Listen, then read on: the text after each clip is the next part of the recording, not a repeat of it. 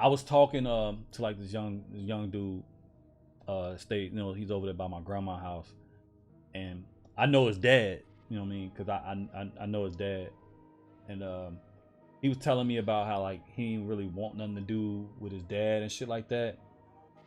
And this come from like basically, and I'm gonna say some shit that a lot of y'all probably gonna be like, I can't believe he said that, but it's some real shit. Trust me when I tell y'all, man. It's like gonna be some of the realest shit y'all hear me say.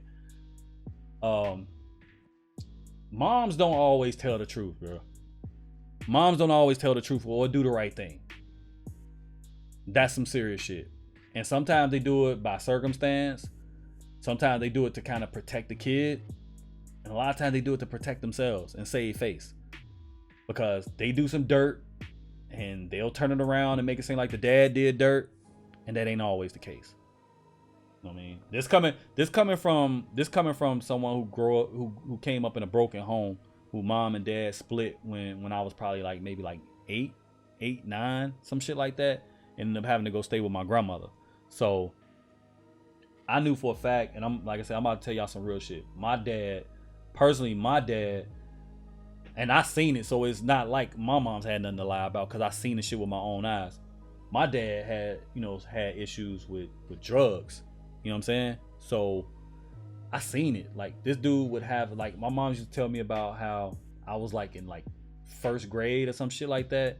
And my dad would have us out, me and my brother out all fucking night to like 2, 3 in the morning. My mom worked overnight, so she had no idea. We would be out to 2 or 3 in the fucking morning with him running all over running the streets and shit. And I would get to school that next morning. My mom would come home right before it was time to get us ready to school. And the teacher would be telling her like, yeah, well, your son's been falling asleep in class a lot. And she like, how is that? He's in the bed like every night, like 9 o'clock. So why is that? And she found out that this dude had us out to the wee hours of the night. Found out that he's out there, doing a lot of shit he shouldn't be doing. So she was like, you know what? I can't go nowhere right now, but I'm not about to have them in that situation. So in that case, sometimes moms do what they have to do. But we have some cases where moms don't always do the right thing. Like, take the welfare system. That shit is flawed. That child support system. That shit is flawed. That shit is designed to fuck men over, bro. It really, really is. Because we know for a fact that money is not going towards a child 90% of the time. It's not. And the community that I can speak on, because, I am of African American descent. You know what I mean? I am black. The black community, women are tempted, with a lot of shit all the time. They get that carrot dangled over them with that low income housing. But with the catch with that, the catch 22 with that, the fathers can't live there. So they basically tell women, in order to get that help, you got to leave this dude alone. That's pretty much what they tell them. That's a ploy, like, to break up black families, yo. And to make the black man obsolete and worthless to a degree. So many women feel like they got to do what they got to do, and that's understandable. But that's also why most black women are single mothers. And that's due in part to that program and that system telling them that it's some type of badge of honor to not need a man, and paying $75 a month for rent will have them thinking that shit too at some point. Who wouldn't, at least be tempted by that? But it's breaking up a family, and for the most part. Now, granted, if the dad and the father not doing what the fuck he's supposed to do or whatever, then that's all well and good. I can understand that. But we still have to take this number in consideration. That and it's probably changed since I looked at this stat, and this stat was from like 2011.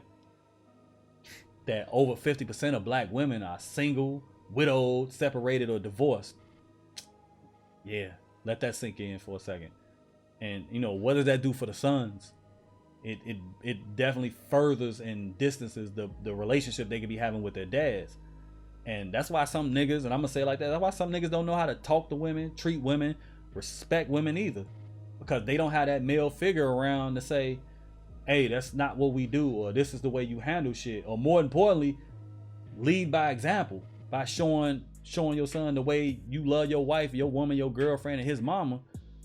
Which would coincide with the way that he would treat a woman when he get around one, or learn how to speak to one, or treat one, some shit like that. You know what I'm saying? So that's a tough one, man.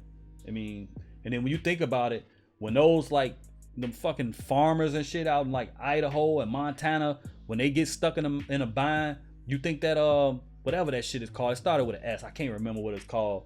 It's like some fucking like this big time program where they help them out when they get stuck in a bind. You think they break that family up and tell that farmer's wife, no, you got to leave this dude alone in order for us to help you out? Hell no. They don't do that shit. They make sure that family stay together, you know what I'm saying? They stay intact and they help them out in any way possible that they need. You know what I mean? We all just gotta be, myself included, we all just gotta be aware of what's put in front of us, man. Like the resources or lack thereof that we have as people. That's shit, man. That's some shit. Like when you read up on that shit and see how that shit goes, you'll be like, God damn, bro. Like I really didn't think of that.